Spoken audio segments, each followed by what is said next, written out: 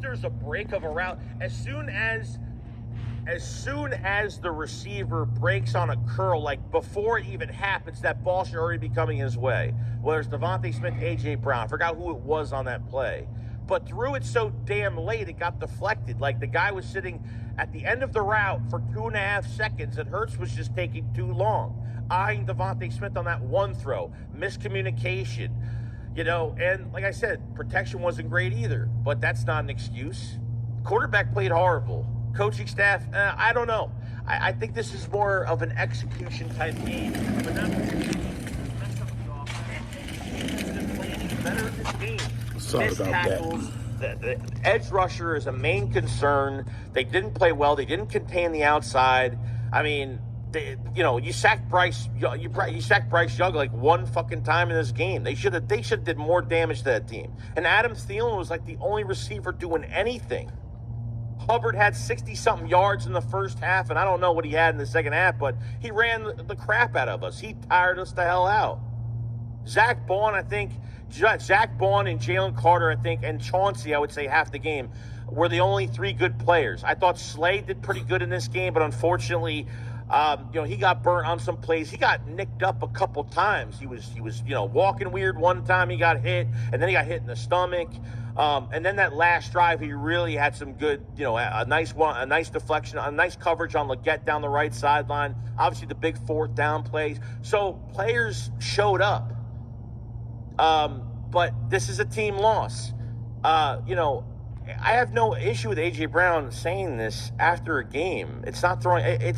Hurts knows the passing game needs to be fixed. The coaching staff knows the passing game needs to be fixed. A.J. Brown, it's not like he's saying, the quarterback needs to figure out what. Then if he said that, then I can understand. 22-16.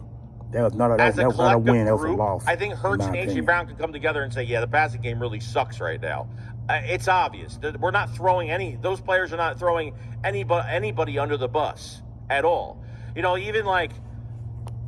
And then on top of bad play, because you have injuries in your defense, especially Reed Blankenship, Christian McCollum looked absolutely fucking horrible in this game. He had 3 missed tackles.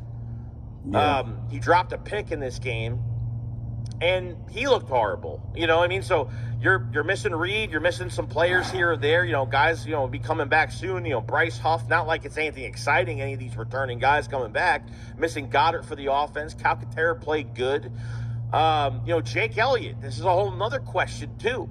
Okay.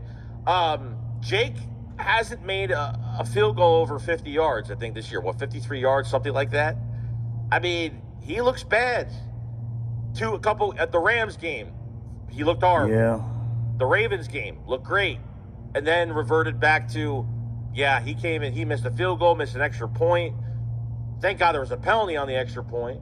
On the field goal, sorry. No, it was an extra point. Sorry, it was an extra point. Where the Eagles went for 2, scored with Saquon Barkley. So,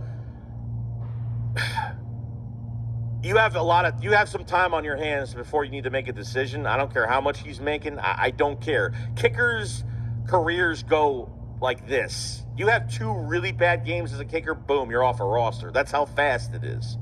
I don't know how close the Eagles are ready to do that, but I would give this one more game with Jake. And if he starts missing stuff left and right for a third game, then I think they need to scare him a little bit. I think they need to bring somebody in and work somebody out and really startle him to say, oh shit, my job is not safe. I need to get my shit together. Not sign anybody immediately, but just put some fear into his eyes a little bit that potentially he could be out of a job and work somebody else out or something like that. Took us a whole. You know what I mean? It makes no sense. So I think that's what they should do with this Jake Elliott situation. Really is. So, but other than between that, the Bills game again, it is not what it seems to be. This Eagles team need to get their shit together and get together fast, because see, the Elliott missing kicks, that's something that he rarely doesn't do, but for some odd reason he's been missing kicks as of late. Like he just said, they need to bring someone in and to give him a slight scare to let him know that, hey, look here, you need to get your shit together. You need to start getting your kicks right, because if not, you will be replaced after the season comes to an end or during the season. because this don't make no damn sense for the team to be acting like this, especially with the situation with A.J. Brown and Hurts. Not exactly sure how truth that is, but he is making a point about the passing game. Since the bye week, Hurts has not passed the ball on above average. He's been throwing the ball 20 passes or less. He hasn't thrown the ball 25 attempts or more since the bye week, and this is not really good. I don't think you got the run game, you know what I'm saying, but sometimes you got to get the ball out to your receivers and your tight end to make plays downfield for first downs, and that falls on Kellen Moore. Kellen Moore should be calling more passing plays, just a slight, to get defenses to play honest against the run, because if not, Pittsburgh is a good running team, a good run-stuffing team. Saquon is not going to get no 100-yard rush against Pittsburgh. Pittsburgh is not going to even allow him to catch balls out of the backfield. So Hurts is going to come with the passing game. He's going to start looking receivers open, or looking downfield to have the cornerback to go, have the DB to go one way when the receiver going the other way, so he can complete balls downfield, because they right. He has not thrown the ball over the middle in quite some time. He's been throwing the ball on the left side or the right side, depending on where the plays in DMV where he can get the ball out of his hands. Because see, the game against Carolina, he lost 8 yards on a play that he supposed to complete downfield. And when he can't complete downfield and see, he has to run left or right to get the ball out. And defenses know that, so that's why he get to chasing, why they get to chasing them and sacking them for losses. And sometimes Hurts need to get rid of the ball. When you see a defender in your face and you can't see downfield, throw the ball away. I don't care if you got to throw the ball down, throw the ball out of bounds all three downs if you can't see it. Get the ball out your hands, avoid the sack, because the sacks put your defense in a deeper position where they got to get them off the field for you to get back on the field to make the play. So you can't put. So when you take sacks, you put your defense in a bad position, but you put the opposing offense in good position. So you got to look at that. That's a negative.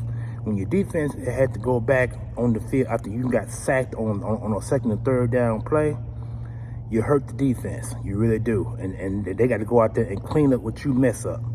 And this is what I'm afraid of. It ain't just that. It's also the situation with AJ and Hurts. Something needs to be done there. I'm not exactly sure what the situation is with that, but it needs to get taken care of, because the media now is running away with this. I'm looking on YouTube, and YouTube got a lot of people talking about this with AJ and Hurts. Brandon shouldn't have done that. He really shouldn't. That should stay in-house. You don't put your problems in the public, where the public can make it a worse problem. When you put your business out in public, it becomes from worse to bad, or from bad to worse. Actually bad to worse. And now it has gotten worse because the public is running away with the situation with A.J. Brown and Hurts. It's really, really bad. And then they talking about the squabble that the A.J. Brown and Devontae Smith had on the sidelines. Now, I'm not exactly sure how true that is, but I saw them talking. I'm not sure what they were talking about. I don't know if it was the passing game. Devontae Smith might have been trying to calm A.J. Brown down. It might have been what it was, because A.J. Brown does get diva-listic sometimes, and he has what you call a deep, dark diva presence, which means he can cover it up, and he can also bring out of himself when things not going right. See, the difference between him and T.O. was a diva before he even came to the Philadelphia Eagles. He was a diva then. But A.J. Brown is an undercover diva, but a despiteful diva, if you know what I mean. I don't mean despiteful in either way. I mean despiteful to put stuff in public so it can get out. That type of dark I'm talking about, what he does. So let's hope they get this taken care of, because I really don't want to see this, you know what I'm saying? Because this is a team that has Super Bowl aspirations. And you can't be a Super Bowl team if you let your secrets in-house comes out in public. And this is what it come to be. So this is your boy, the Almighty Green Titans, y'all.